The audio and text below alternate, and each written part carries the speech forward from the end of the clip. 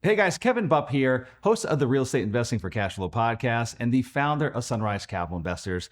And I'm here with you today to share the surprising story of how and why Brian and I have purchased 32 mobile home parks all across the country, 17 of which we still own today, and why we think they're the absolute best investment vehicle available today. And so with that, Brian, what I'd love for you to answer for me is, why are mobile home parks the best passive investment vehicle available?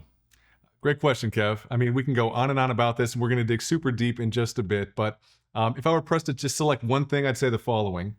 Warren Buffett's the biggest investor in the space, right? He is the best investor in the history of mankind, right, in our generation.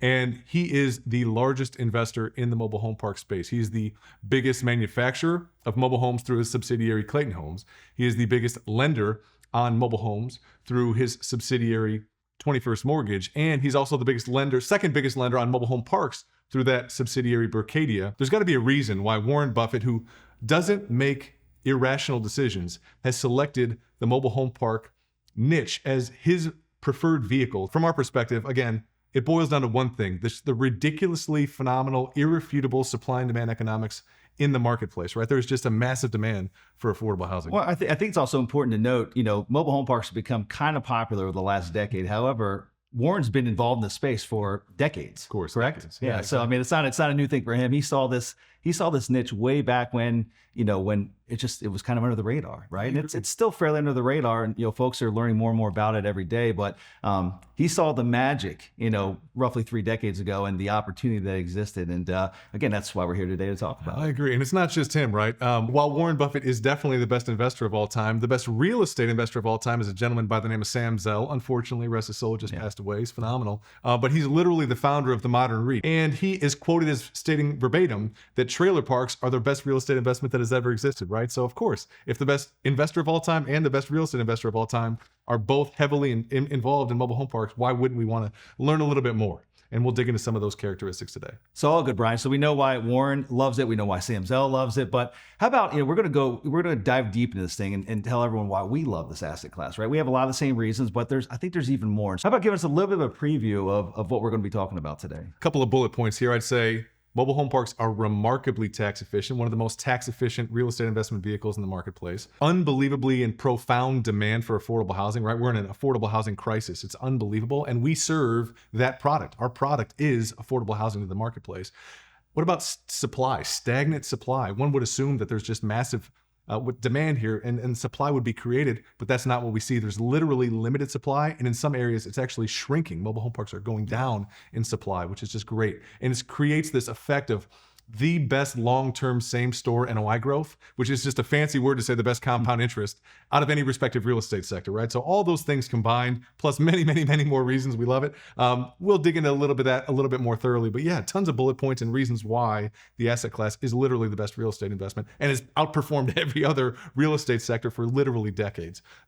And that's why I love it. That's why you love it to some degree, but I'd love to, why did you choose to get into it? I mean, golly, you've been in real estate your entire life, 20 something years. You hate when I say that, right? He's got a couple of gray hairs, but I can say that because I lost all my hair already, buddy. But why did you choose to get into mobile home parks after all the different asset classes that you've been involved in? Yeah, no, it's a great question. That's a great question. But you mentioned one of the big points was the diminishing supply. And so like one of the things that really stuck out to me, 10 plus years ago was that it's the only asset class that actually has a diminishing supply. So there's more mobile home parks that are, being redeveloped or shut down for XYZ reasons than that are being built new online. And so what that means is that, and what that meant for me, 13 years ago was we can go into any good market, find an asset, and know that there's going to be no competition built down the road. It reminds me of a story. It's actually the first mobile home park that I purchased. And this is up in Atlanta. This is back in 2011. This was, a very distressed property.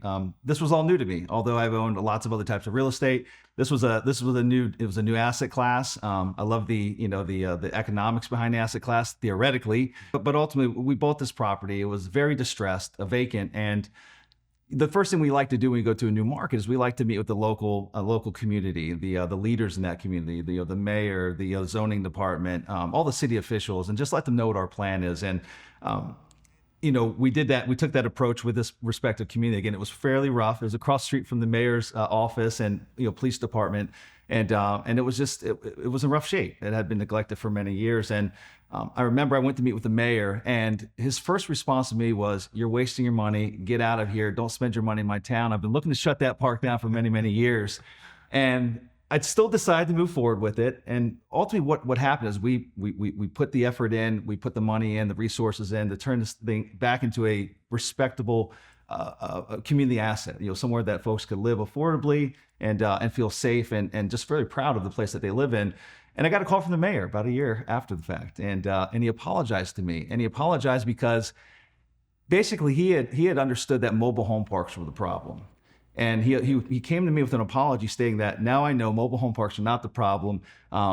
Thank you guys for what you've done. You've turned it back into something that the community is proud of. But more importantly, I want to let you know that one of my workers here at the county actually lives in your mobile home park now. And is very happy to live there with her family and really enjoys living there. So anyway, just, as far as like the social aspect of actually, serving the community, it's just, it's a beautiful thing. It's very rewarding, and mobile home parks just again, for many different reasons, we love the space, and it's just a great asset to be in. I agree. I mean, there are still, unfortunately, a litany of different misconceptions in the marketplace, and to some degree, this is beneficial, right? From our perspective, we're actually investing inside of the niche. There's not a lot of guys that brag about owning mobile home parks around the water cooler at work, right? And that's a good thing. There's more for us to go. We do a little bit, but not a lot of folks that have historically bragged about that. But and I think it's because of some of the misconception, right? Folks unfortunately have this stigma of trailer trash. But I mean, I can tell you with absolute affirmation that that's not entirely the case. I might be a little quirky, but golly, I've actually resided in mobile home parks for many years, right? I should say a handful of years. It was a good step up for our family at that time.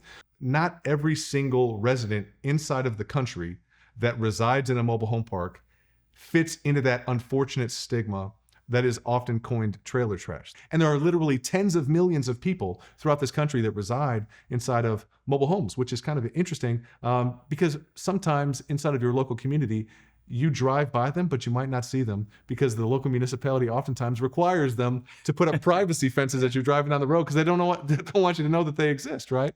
But it's kind of this hidden gem that's been around for multiple decades that we've found the opportunity to tap into, and we're just excited to share more about the insights and the benefits associated with allocating some capital to that industry, whether it's actively or passively. From our perspective, at least a portion of somebody's portfolio, that's their real estate investment portfolio, should be allocated to the asset class because it's just a proven winner over many, many decades. That gives a little bit of a high-level framework, more of an esoteric high-level framework associated with mobile home parks, why we love them, why we think they're the best real estate investment that's around in the marketplace today. But what about real-world brass tacks, bringing it down to a practical level, zooming in a little bit on how the sausage is made? Like, how do you actually invest? And from everyone's perspective that's watching today, if this is intriguing, interesting, it's piquing your interest to some degree, how might you get involved, whether it's actively or passively, maybe highlighting some of the things that you definitely need to look out for and some of the things that you might want to key in on to ensure that you're putting your family's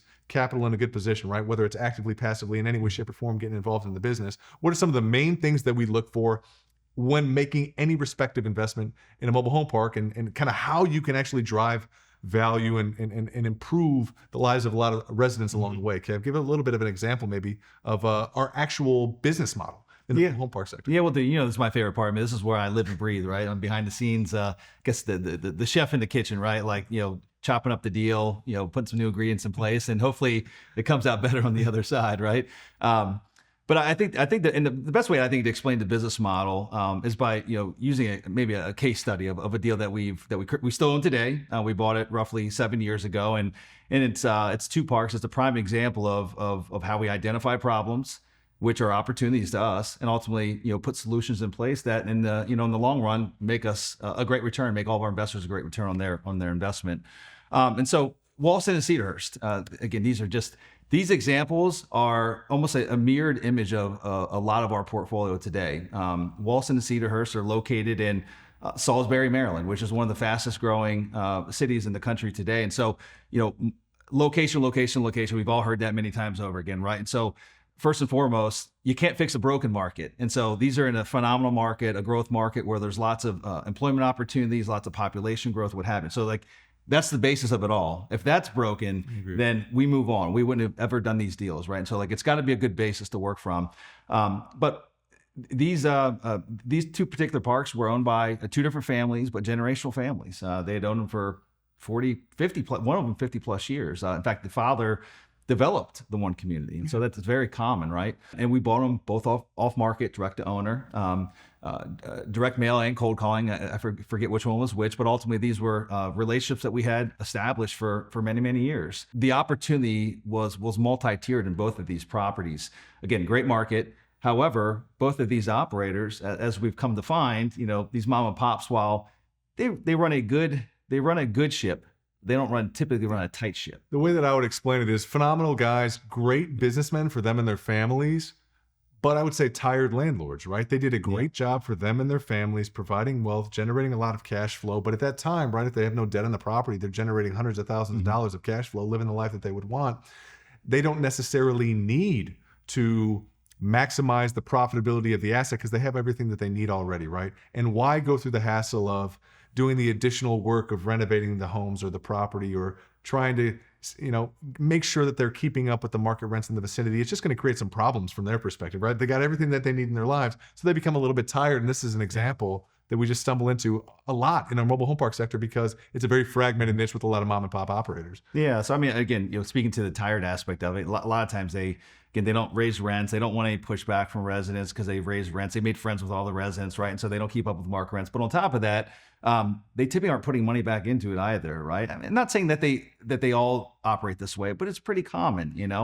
I think that what happens is they get desensitized to the community, right? They're in and out of it on a daily basis. A lot of times they work out of an office there on location, so they might not see the 3 potholes that they drove past in the beginning. They might not realize that these 10 oak trees, one's dead and the other need massive trimming, right? There's limbs that are falling down, and it's a common theme that we run across quite often. But in both these respective communities, again, both mom and pop owners, and both these communities were well below market rents. I'd say roughly 50 to 60% respectively in each one of the communities below where the market should have been. Also, both of them needed some capital injection. They needed some work. They needed money put back into them. For decades, owners have been taking money out, but they necessarily haven't been reinvesting into the community. And so both these communities had not completely broken roads, but broken roads. They really needed signage. They needed lots of tree work. There was a number of homes that had been left vacant, that weren't renovated. Again, some of these homes, they cost $15,000, $20,000 to renovate. And so the owners just kind of locked them up and left them there, right? A couple of them were there for 6, 7, 8 years, just sitting there vacant. Good homes in a market that really needs affordable housing, but yet the money had not been reinvested into these parks. And so again, we look for problems. We look for problems because we know that we have the solutions and we know how to fix those respective problems. And so, with these, we started. I mean, I think to start it all, again, using these as the case study is, went in and spent hundreds of thousands of dollars in each respective community improving them. Yeah, I mean, I agree, Kev. Sometimes people see problems, right? Areas of problems, but we just see areas of opportunities to solve problems on behalf of the residents and actually provide them with a better living experience. And the truth is, residents are more than happy to pay a little bit more on a monthly basis to get a significantly better living experience. And when they have a tired landlord that may have owned that property for 10, 20, 30 years, that really hasn't catered to the property the way that a professional operator would, they're oftentimes happy to see a new owner come in, inject capital into the asset, and they're more than happy to bring lot rents up closer to the market rent over time if they're getting a significantly better living experience by virtue of fixing the potholes, fixing the broken pieces. All of a sudden, the couple of few vacant homes that are there that are boarded up, we come in, we refresh them, we paint everything, we move in new residents, we put in 10, 20, 30,000 bucks into some of those individual units, creating a new a supply of affordable housing stock for that respective city. And the residents are just happy to see that occur. And for that reason, it's mutually beneficial, right? The definition of a successful business model. We can do well financially, get a good rate of return, generate some cash flow while doing good socially. We're adding more affordable housing stocks in the marketplace, and everybody else in the immediate vicinity inside of that community is happy to see that occur, right? So it's something that we've seen over and over. And when you're looking at the assets, like Kevin said, we just have to control what we can control. You focus first on the market because we can't control that piece of it per se. We can't control Mr. Market. As an investor, LP or active investor, we try to control what we can control. Our business model, we can write it up and execute it. But if we're in a precarious market, then we could be put into more of a precarious situation. So from a larger perspective, zooming out, macro perspective, mobile home parks are phenomenal.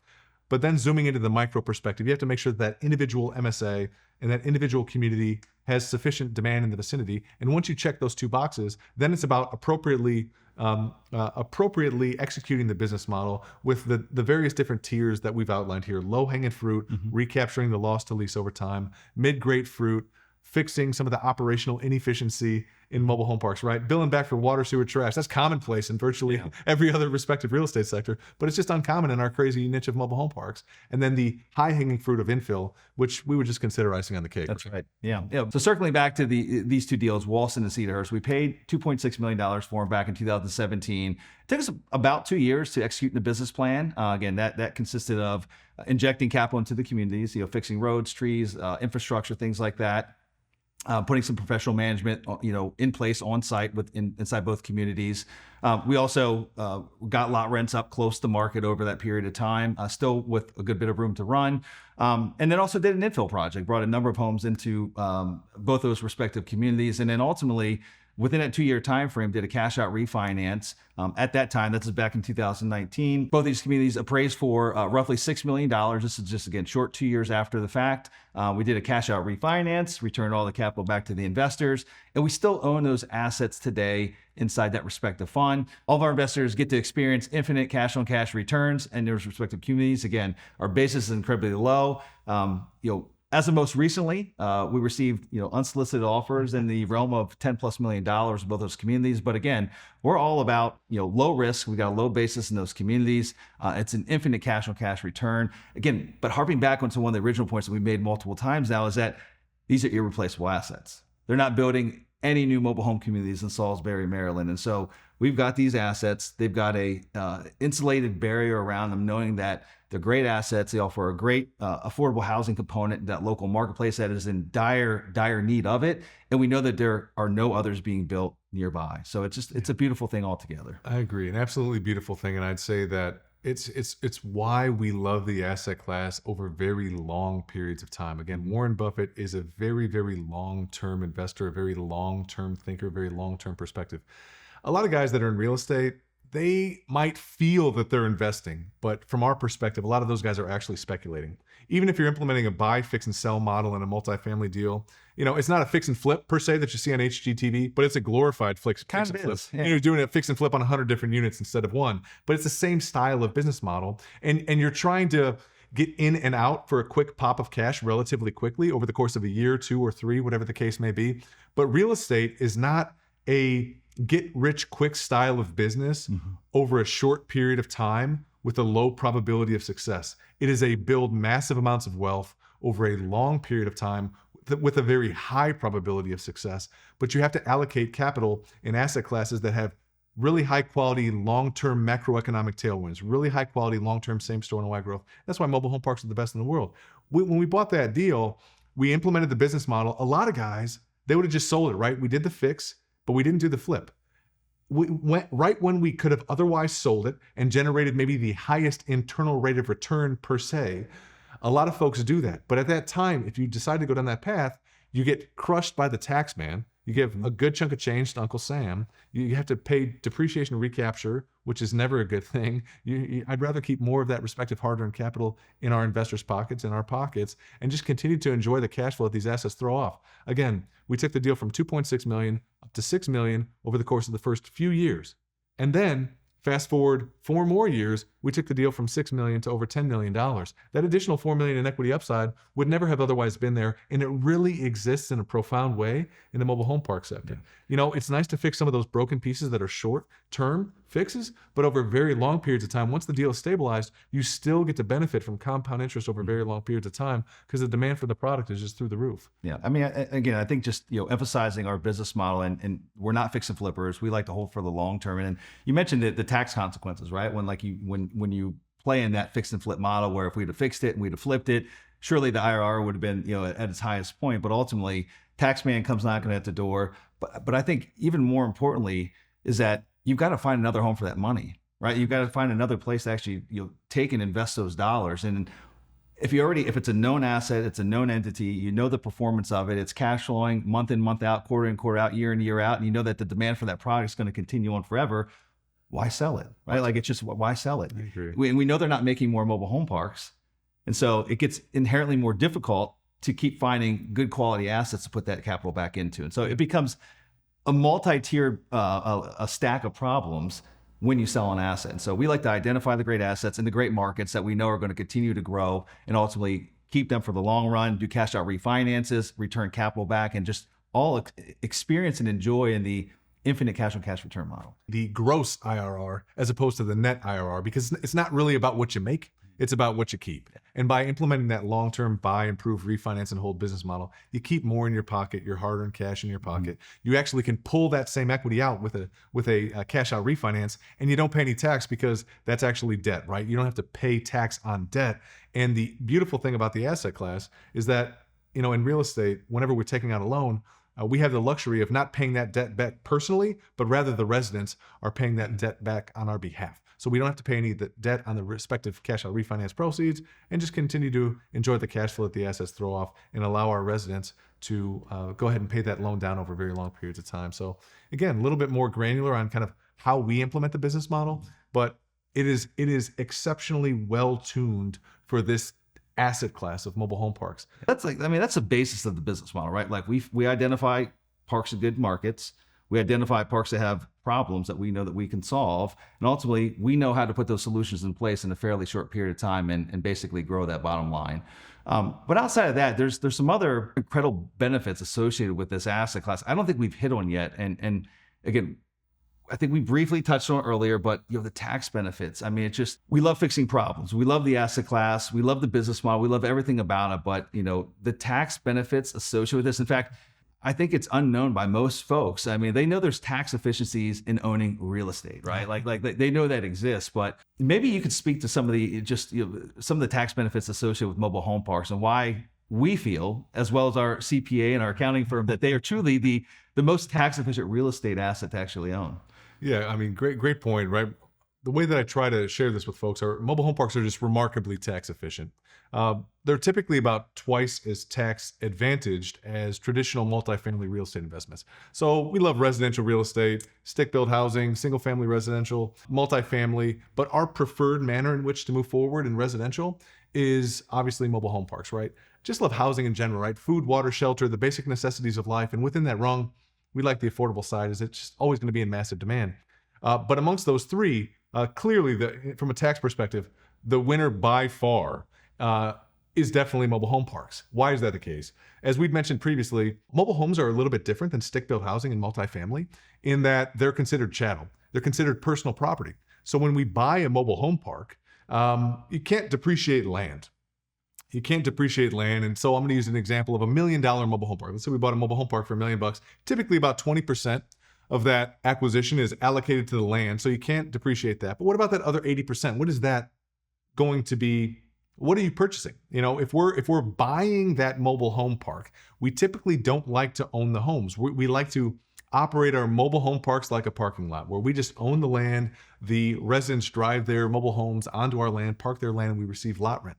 Well, in that scenario, what are we purchasing for that $800,000? We're purchasing the roads, the curbs, the gutters, the underground infrastructure, the water lines, the sewer lines. All of that is what is known as 15-year capital improvements on a 15-year depreciation schedule. This, as opposed to single-family rentals, multifamily property, which is over a 27.5-year depreciation schedule. So in and of itself, as a 27.5 compared to 15, we're in a better position. But due to the Tax Cuts and Jobs Act of 2017 that was pushed forward, mobile home parks just became unbelievably profound in terms of their tax efficiency. Because of that tax act that was passed, anything that's on a 20-year horizon or shorter can get moved into the first year via accelerated bonus depreciation. And when we revert back to that $1 million mobile home park, 20% is allocated to the land, and about 70% of the total purchase price is allocated to those shorter lived capital improvements, which can be depreciated in the first year. So envision a scenario where you buy a mobile home park for $1 million. Let's say you put down $350,000 of equity to close that respective transaction, get a loan for the $700,000.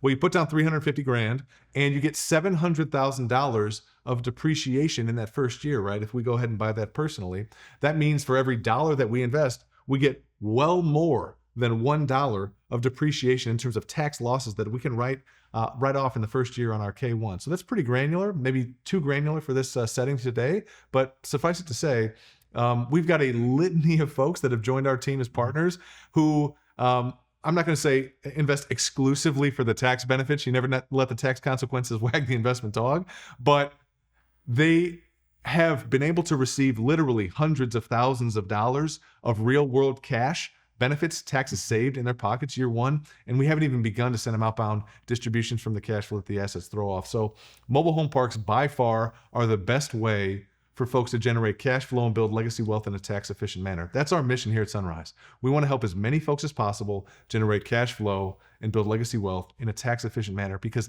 that's what we're trying to do for our families. That's what I'm trying to do for my wife and my children. That's what Kevin's trying to do for his wife and his kids. And we're going to try to help as many people as possible do that exact same thing, because we just feel like it's the best business model. And we know that the best vehicle to achieve that end goal is mobile home parks. Brian, for those that maybe they don't know, like an apples to apples comparison of like, great, we're saying how tax efficient mobile home parks are, maybe, roughly, $7 of a loss for every dollar, invested is what we might expect. But like, how does that really compare to, like a traditional multifamily or an office building or a retail center? Maybe just that way they've got something to compare it to, right? They got some additional context. Yep, I'll use a limited partner investment of $100,000 into a real estate syndication. In a mobile home park, over the last handful of years, somebody that invested $100,000 in one of our respective funds received a roughly $70,000 passive loss in the first year. That happened last year. The year prior to that, it was a $70,000 passive loss. The year prior to that, somebody that invested $100,000 actually received a $100,000 passive loss on their K1 in the first year. Again, this is a phantom loss, so it's an opportunity for them to write off other income in their respective personal situation, again, depending on their tax situation. But from if they had invested that same respective capital into a multifamily investment, oftentimes the depreciation passes through to the investor in a passive limited partner syndication. If they invested $100,000, they might get $35,000, somewhere between $20,000 and $40,000 of passive losses, depending upon the construction of that multifamily property. But typically twice as tax advantage or more in the mobile home park sector. And it's even more striking when you look to allocate capital in a limited partner perspective to other real estate sectors like retail or office. All of that is over a 39-year depreciation schedule, and not near as much of that can be used with a cost segregation study, can get jammed into the 15-year or 20-year or lower horizon. So it's even less solid from a tax perspective. So again, just trying to compare apples to apples, give a little color that's to great. everybody there. Yeah. Again, not letting the tax dog wag what is it? What's the thing? Not letting the tax consequences wag the there you investment go. dog. There you go. No, I mean, that's a great point. But again, many other benefits outside of the tax benefits. It's just kind of the icing on the cake as you went.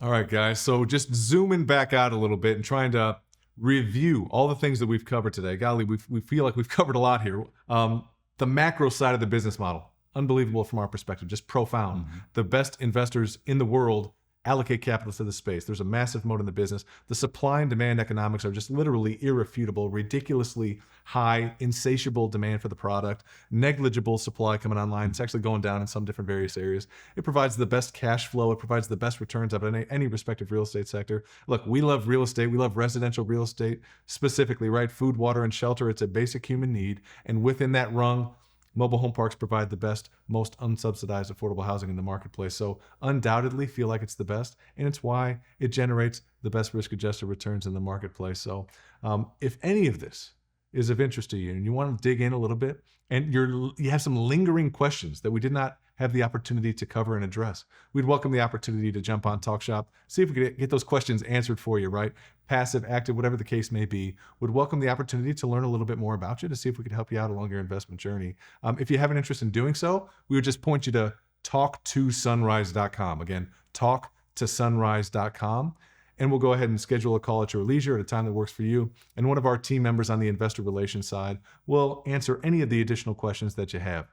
With that, we'll jump out of here, buddy. You got any additional questions? No, it's just been a lot of fun. It's been a great time here been so today, much talking shop and just talking about all the merits of mobile home park investing. It's been a great time. I agree. I could do this all day, every day, man. We do, right? That's what we do. I agree. Mobile home parks. Life is good. Life is good. You guys have a great one.